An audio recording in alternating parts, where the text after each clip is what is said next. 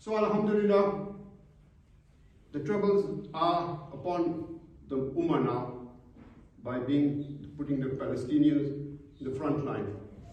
So instead of crying about the past, which a Muslim doesn't do, we look at the present. And the present is that there's a solution.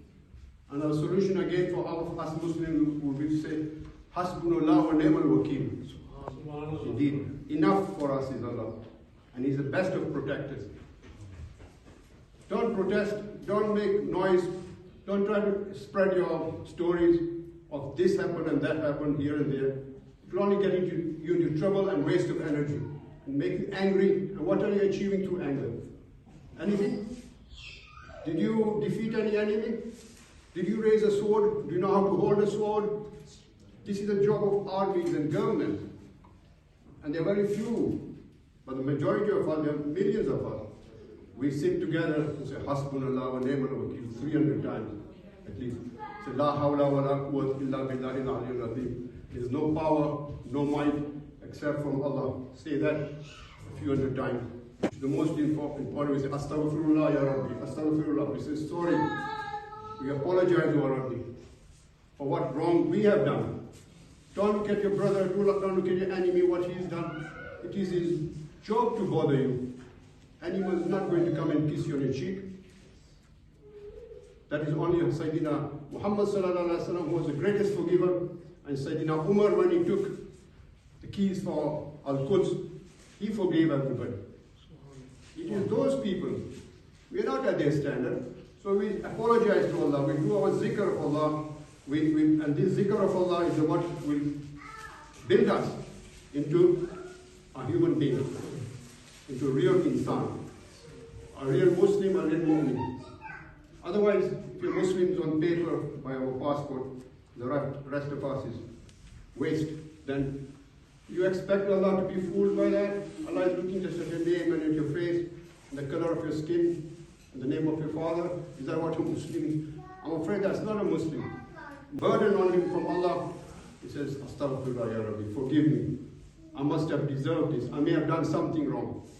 And we have also forgotten one other very important point in Muslim, and that is to ask for a leader. You can't have an army from Pakistan going to fight there. We can't have an army even from Iran or Iraq. I mean, are they simple, these people? Sometimes they send messages. There's a Turkish army going. How can they do that? There are certain superpowers in the world nowadays. They can perhaps do that. And they do go and oppress and bully other people. But not just any army can do that.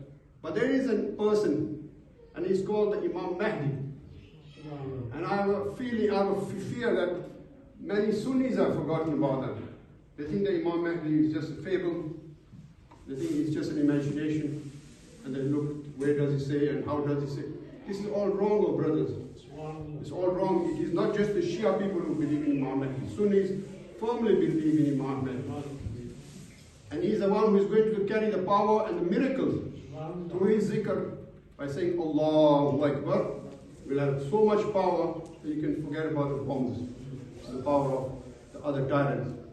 We don't believe that, do we? Because it doesn't look likely. Because we have taken it out of our life. Now that is a fault with a Muslim.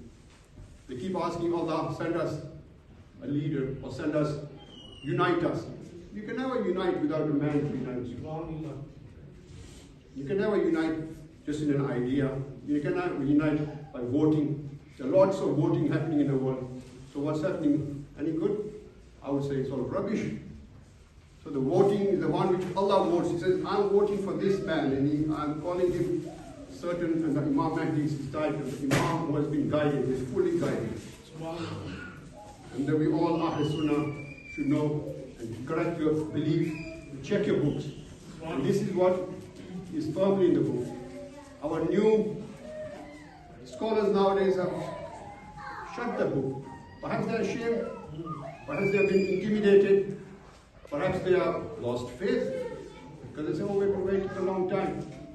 That's what the followers of Hazrat Isa said. Hazrat Isa, when he went, he said, wait for me, and from that direction, which is south from Jerusalem, a man will come. He's as close to me as these two fingers. Yeah. But they were certain of his companions who actually sat there, perhaps 1%. The rest lost faith because they said 100, 200 years, 500 years have passed. This man has an